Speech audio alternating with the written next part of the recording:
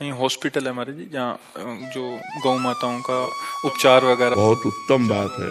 धन की सो धन धन्य प्रथम गति जाकी। उत्तम धन की सार्थकता यही है कि जैसे जिन गौओं की सेवा नहीं होती या जो गौएं असमर्थ हैं, रोगी हैं, उनकी दुख निवारण की बहुत बड़ी बात है। खूब भाव से चलो, भगवान का यश गाओ और स्वयं नाम जप करो और धर्म से चलो। जीवन का यही लाभ है। और जितना परोपकार कर सको, अर्थ बढ़े, तो ऐसे ही परोपकार करना चाहिए। जैसे कर रहे हो ऐसे ही परोपकार करना चाहिए। बहुत सुंदर है। आपकी कृपा बनी रहेगा। हाँ बिल्कुल। भगवान की जिस पर कृपा होती है ना, तो सब कृपा उन्हीं की कृपा से। जा पर कृपा राम की होई, ता पर कृपा करे। तो खूब नाम जप करो, भगवत पार्षद हो, अपने स्वरूप का चिंतन करो और परमार्थ करो। जितना आवे अपने पे कम खर्चा करके परमार्थ पे खर्चा करो। जीवन का लाभ। परहित सरिस धर्म नहीं भाई, पर पीड़ा सम नहीं अपना। तो जो दूसरों का हित करता है, भगवान उससे बहुत प्रसन्न होते हैं। जटायु जी से कह रहे हैं, मेरी कृपा से तुम परम पद प्राप्त नहीं कर रहे, हे तात, अपनी करनी से तुम परम पद प्राप्त कर रहे हो। तुमने जो सिया जी की रक्षा रूपी करनी की, उससे परम पद प्राप्त कर रहे हो। तो जो दूसरों की रक्षा, दूसरों को सुख देना और दूसरों का उपकार करना, ये जो भावनाएं भगवान को बहुत प्रसन्न करती है। तो इसलिए बहुत सुंदर बात की जो गौओं की सेवा की, ये बहुत उत्तम बात।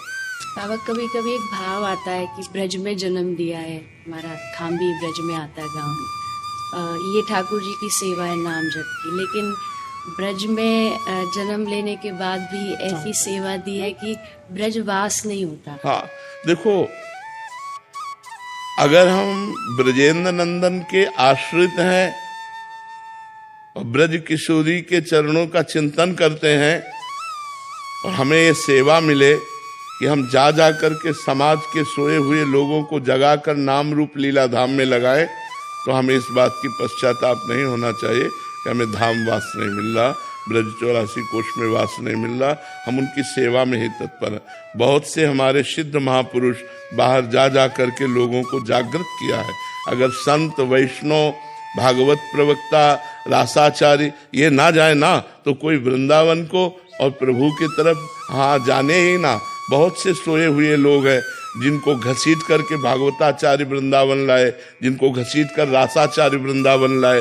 रास आदि के द्वारा हम ही जो आए ना, तो रास के द्वारा ही तो आए। अगर रास न देखी होती तो हमारे अंदर लोलुपता ही न बढ़ती, प्रिया प्रीतम की जो आसक्ति बढ़ी वो रास से ही बढ़ी। तो भागवत है, रास है, ये जा जा करके जो बाहर, अब जैसे रासाचार्य जन्मे ब्रज में और अधिक समय बाहर ही व्यतीत होता है, यहाँ रास वहाँ रास, ऐसे भागवताचार्य का है, यहाँ भागवत वहाँ भागवत। तो हम भगवान का जस गा रहे हैं और भगवान के पार्षद हैं। हमारा चाहे जहाँ शरीर छूटे, हम धाम में ही जाएंगे, धाम से बिलग नहीं जाएंगे।